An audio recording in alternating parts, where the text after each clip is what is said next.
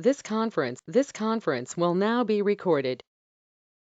Hey there, I wanted to check in with you all and give you an update on Better Nature Solutions, the crowdfunding campaign, where we've progressed to, where we need to go, and remind you about what we're doing. So we have been lucky enough, or fortunate enough, thanks to the generosity of you all, to raise $880. That's after GoFundMe takes a bit of their cut. So with that money, we are working with the University of Tennessee's Legal Aid Department, which provides free services. And with an intern, we're getting the paperwork for the federal government application in. That cost $600. We were able to get in the state application, which costs $100.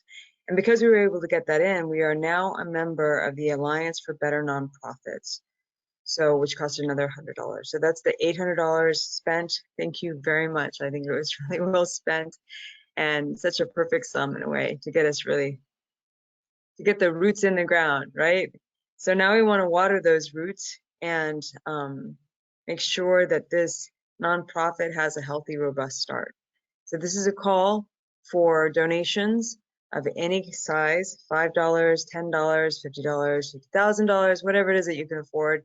Much appreciated. Please share the GoFundMe with your networks if you don't mind, if you feel comfortable doing that.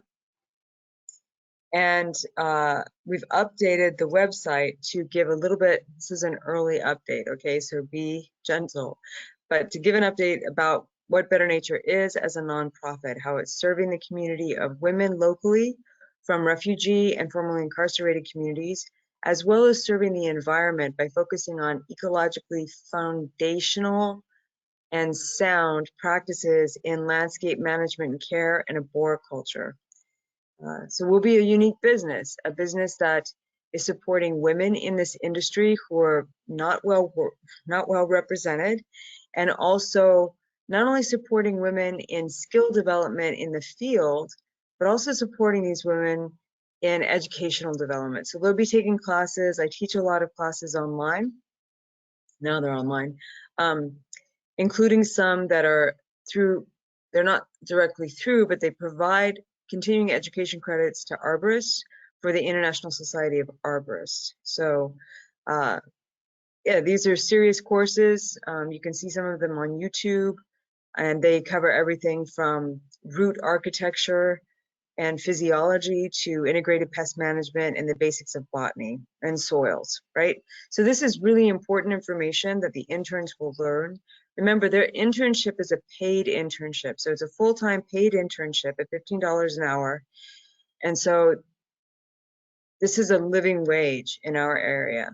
It's not an extravagant wage, but no one's going to make an extravagant wage in a nonprofit. That doesn't mean that we can't build them a repertoire of resources that they can earn a wage that they want to earn, hopefully in the future. It's harder and harder with the economy of the US being what it is and being what it's becoming.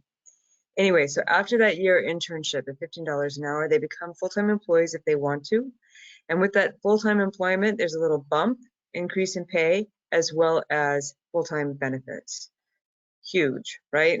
So yeah, that'll be awesome. I think this is a great idea for a number of reasons. One, because it is serving two purposes. That's to build economic equity and job creation for women, specifically women from communities that have a hard time getting jobs. Second, through the work that they do and the work that we do as a nonprofit, we're going to also be building ecosystem sustainability. It'll be 1 yard at a time. Hopefully it will turn out to be one public space at a time, which will have a larger footprint.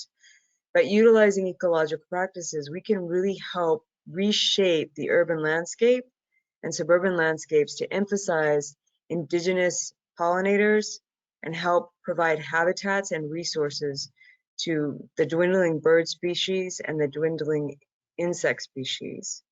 So we're hoping that we can create, or we're expecting to create, no, forget it. We will create habitats that will be biodiversity hotspots within the city and surrounding areas, surrounding towns, surrounding communities. So it's really focused on respecting promoting and valuing diversity in all of its forms. That, I think, is long overdue. And so I'm happy to be a part of this process, and I hope that you will be a part of it as well with a donation. As soon as we can provide tax-free donations, we'll let you know.